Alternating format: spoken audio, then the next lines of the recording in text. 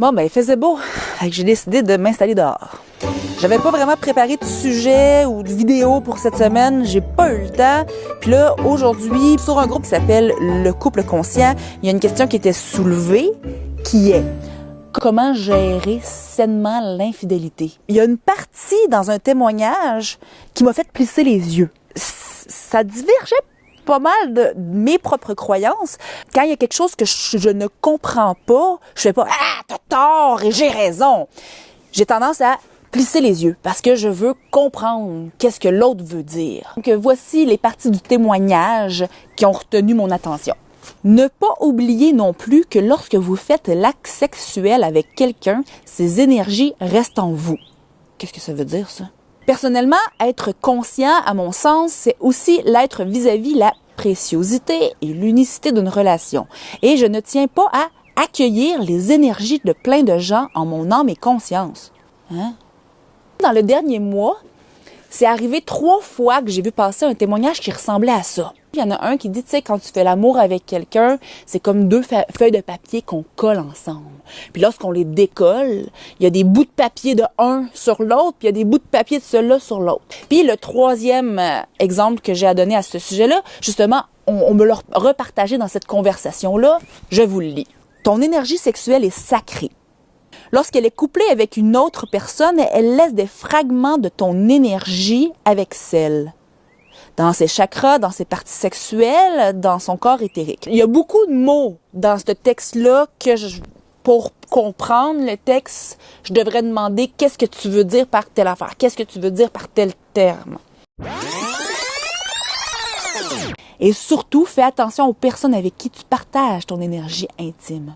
L'intimité sexuelle enchaîne ton âme avec l'énergie d'une autre personne. OK, là, je plisse les yeux. Qu'est-ce que ça veut dire, ça? Les connexions sexuelles sont très puissantes, même si tu penses qu'elles sont insignifiantes. Elles laissent des scories polluantes, des débris spirituels, en particulier dans l'environnement psychique de celles et ceux qui ne pratiquent pas de nettoyage physique, émotionnel ou autre. En parenthèse, méditation, etc.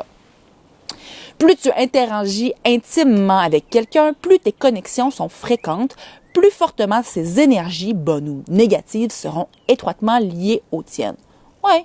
Ce que je lui ai répondu par rapport à ça, c'est oui, je suis d'accord que les gens qu'on rencontre nous influencent. Tout le monde. Tu sais, les paroles, les regards, les gestes, les touchés, oui, ça va influencer notre énergie. Mais là, j'englobe tous les aspects de la communication et du contact interrelationnel. Non pas seulement exclusivement le sexe. Non? Vous en pensez quoi? Donc, pour en revenir à la demoiselle dont le témoignage avait capté mon attention, je lui ai demandé si cette croyance-là, dans le fond, elle se l'est appropriée parce que ça validait une de ses valeurs. C'était tellement logique pour elle qu'elle a dit, bon, ben ça, c'est ma vérité. Je lui ai demandé si c'était exact. Ou, tu sais, ou vraiment elle l'avait ressenti, là. Elle avait expérimenté qu'il y avait une partie d'elle qui s'en allait d'elle ou elle recevait une partie de l'autre si vraiment elle l'avait ressenti. Et ce qu'elle m'a répondu, wow, là, ça provenait d'elle, ça provenait de son senti. Je vous lis son témoignage. Effectivement, il n'y a pas que le sexe. Par contre, la sexualité reste un moyen de se connecter à l'autre, cœur, corps, âme et esprit. Oui, ça, je suis absolument d'accord. D'un point de vue uniquement féminin, accueillir quelqu'un en soi, c'est très significatif pour moi. C'est donner accès à qui je suis dans mon entièreté. Là, entre en termes la notion de pudeur. Au départ, moi, la pudeur, c'était une problématique pour moi. Donc, je me suis lancé des défis personnels pour outrepasser cette pudeur-là. J'ai testé mes limites pour finalement réussir à trouver mon équilibre personnel par rapport à ça. Les mots véhiculent, les regards, les gestes, certes, mais dans la sexualité, il y a communion. On ressent toute l'énergie, les vibrations de l'autre et on partage les nôtres. Ouais. Pour moi, c'est réellement une connexion à un autre niveau. C'est mon point de vue personnel. Est-il valide pour tous? Probablement pas. De mon côté, non seulement j'y crois, mais du plus loin que je me souvienne, j'ai toujours tenté de capter cette connexion-là. Je l'ai vécue. Et ça m'a fait prendre conscience que je ne voulais plus dans ma vie vivre ma sexualité autrement. La mécanique humaine, tout le monde est en mesure de provoquer du désir et une réaction des corps. Mais il y a beaucoup plus que ça à vivre dans la sexualité, dans l'intimité entre deux personnes. Wow! Elle m'a très bien répondu. Une croyance, c'est pas une croyance absolue que tout le monde devrait croire. Une croyance, c'est basé sur nos propres valeurs puis nos propres besoins. Je comprends le choix qu'elle a adopté, que le sexe réponde à son besoin le plus intime puis privilégié. Elle a le besoin que ça soit précieux puis réciproque. Puis là, je suis pas rentrée dans le pourquoi. Parce que c'est une discussion par Internet, c'est pas... C'est sûr que quand on a une communication qui est importante pour nous, moi je privilégie le face-à-face, là, ce besoin de préciosité-là. Pourquoi? Si j'aurais une théorie, ça serait relié au besoin de ne plus se faire blesser, de ne pas être blessé. Mais c'est une théorie. Puis c'est correct. Il y a beaucoup de nos choix qu'on prend pour pas se faire blesser. Tout ce qu'elle a dit dans son témoignage, je peux pas réfuter ça. C'est exactement de la manière que je vois ça, dans une sphère de la manière dont je vois la sexualité. Mais j'ai plus qu'une sphère. J'en ai aussi une autre, qui se départage selon mes besoins. Donc, dans la sphère dont elle parle, je me relie beaucoup à ce besoin de connexion, à ce besoin de relations fortes, de ce besoin de communion. Mais il existe d'autres besoins. Et là, si on en revient au sujet principal de la discussion, c'est comment réussir à gérer sainement l'infidélité. Je pense que ça commence par comprendre pourquoi l'autre a pas respecté le contrat de couple. Quels sont les besoins qui l'ont mené à faire ça? Tu sais, nos besoins nous contrôlent.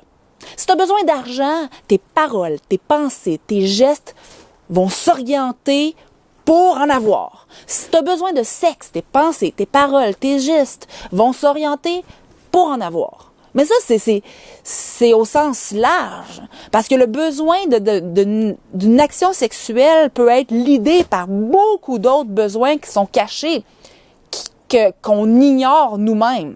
Quand tu veux vraiment chercher à comprendre l'autre personne, ben, tu l'aides à se comprendre elle-même. C'est-tu un besoin de plaire? C'est-tu un besoin d'amour? C'est-tu un besoin d'estime personnelle? C'est-tu un besoin de biologique? C'est-tu un... Ben, regarde, moi, là, il y a quelques années, mon besoin d'expérimentation était causé par un besoin d'aimer le sexe. Qui aurait pu savoir ça? À part que de se poser des questions et en arriver à trouver le fondement. Donc, si tu es avec un partenaire qui te permet réellement d'être toi et de chercher la vraie source, là, vous allez arriver à plus vous comprendre. Il n'y a pas un besoin qui est faux. Tous les besoins, quand on les vit, là, ils nous contrôlent, nos besoins. Donc, les besoins sont vrais. Tout le monde a cette vérité-là en eux. C'est pour ça que je dis que tout le monde a raison. L'important, c'est essayer de se comprendre. Je suis pas en train de dire que j'ai raison. Ce que je suis en train de témoigner présentement, c'est ma vérité actuelle. Mais je me suis déjà rendu compte que ma pensée est différente aujourd'hui qu'il y a 10 ans.